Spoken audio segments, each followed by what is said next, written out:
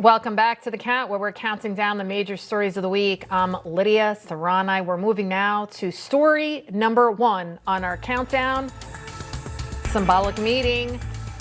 That meeting taking place across the pond in Rome. President Trump and Ukrainian President Zelenskyy having a one-on-one conversation at Pope Francis's funeral. It's incredible. White House Deputy Chief of Staff Dan Scavino posting this video on X showing the two leaders having a sit-down in St. Peter's Basilica. This meeting, of course, contrasting the one the two had back in the Oval Office in February, where things got heated between the two. Following this conversation, President Trump posting on Truth Social, in part, quote, "This is Sleepy Joe Biden's war, not mine. It was a loser from day one and should have never happened and wouldn't have happened if I were president at the time." With all of that being said, there was no reason for Putin to be shooting missiles into civilian areas, cities, and towns over the last few days. It makes me think that maybe he doesn't want to stop the war. He's just tapping me along and has to be dealt with differently through banking or secondary sanctions. Too many people are dying. Joining me now to discuss this and more, Director of Communications for the Ukrainian Congress Committee of America, Andrij Dobriansky. Also with us, former U.S. Ambassador to Ukraine, William Taylor. Gentlemen, thank you so much for joining us. Thank you. Glad to be here. Andrij, what do you think about what President Trump said, that Putin is just tapping him along if he doesn't stop the war, and that historic meeting between the two, even in death, Pope Francis trying to bring about world peace? I was just at a wedding with my bishop from the Eparchy of Stanford, and we were both talking about how we were looking at this moment online, the funeral, and how many incredible people were there, how much we wish we were there. And then the pictures came out of that private meeting, something that, maybe the photographer will get a Pulitzer, maybe President Trump will get a Nobel Peace Prize out of this, happening on the, like you said, the last gift of Pope Francis.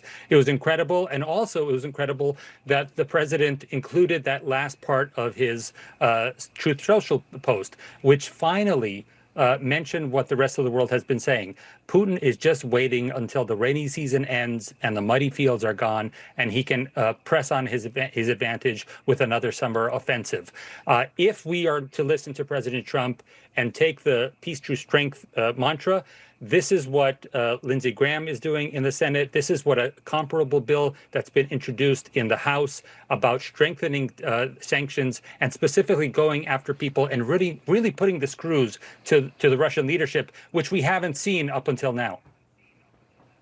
Ambassador, President Trump, he's trying to end this war before more people die. Thousands are dying every single week, and a new Reuters report shedding some light on how far apart the United States and Europe are on finding a resolution here, a solution. It explains that the U.S. and Europe are divided on territory, security, and economic issues. On territory, the U.S. would recognize Russia's control over Crimea and concede areas in Ukraine already under Russian control. Europe, on the other hand, would defer any agreement on territory until after a ceasefire. Ambassador, how big of a divide is this? So this is what happens in negotiations, in real negotiations on very serious issues like this. It's not done in a day or a week or a month. It is done over time. And what is happening right now is the right thing to happen. That is, Americans have put a proposal on the table. The Ukrainians have said, there's some good things here. Here are some other ideas. And the Europeans have finally been brought in as well. This is what a normal, healthy work is. This is how negotiations work. It can come to an agreement.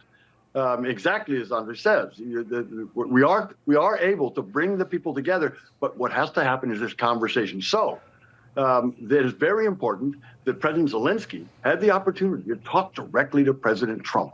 He hasn't been able to do that. As you pointed out, there have been other opportunities that weren't one-on-one. And that's really important that President Trump heard directly from President Zelenskyy on what the Ukrainian view is. No, that's number one. Number two, President Trump is finally figuring out that Putin is not his friend. Putin is not there to be helpful for the United States. And that combination of both listening to the Ukrainians and recognizing the true essence of the Russians is going to get us somewhere. You know, Andrij, Putin can't be trusted. What he did on Palm Sunday, I saw the video coming out as people were gathering to go to Palm Sunday Mass in Kyiv. Many of those people killed, slaughtered civilians on one of the holiest days on the Christian calendar. President Trump, I think I think President Trump knows what kind of person Putin is, but I think he tries to be very careful because he is trying to broker a deal here. What do you think? Can he make it happen? Well, I think that we're going in the right direction. I support Ambassador Taylor. This is where we should have been. We actually saw this as something that Zelenskyy was trying to do in the Oval Office. You remember that he had a whole folder of pictures, and he wanted to make sure that President Trump understood what was happening. And of course, the cacophony of a press conference while you're talking to the president, that really led to nowhere. But the fact that people like, just this week, I was listening to Ben Shapiro's interview with Zelenskyy. He was in Kyiv talking to President Zelenskyy. Also, Pastor Burns from South Carolina, traveling to Ukraine, understanding what's happening, and really changing their mind after what happened on Palm Sunday. Very grateful that you mentioned that, because it wasn't just a missile strike on Palm Sunday. It was a double missile strike. So what the Russians did was they landed a missile outside of several churches. Then people came out to see what happened, and that's when the second missile hit. It's really something very un-Christ-like, very un-Christian, and it's exactly the opposite of the moment that was captured today in the Vatican. Open hearts, talking amongst each other, away from the hullabaloo of a press conference, and really, I think they're getting closer together. Let's pray. We have to leave it right there, gentlemen. Andrij Dobriansky, William Taylor, Ambassador, thank you both. Thank you, Lydia. Thank you. All right, coming up, Representative Nancy Mace takes on Clemson's woke health forum listing 15 genders. That's next. Keep it right here.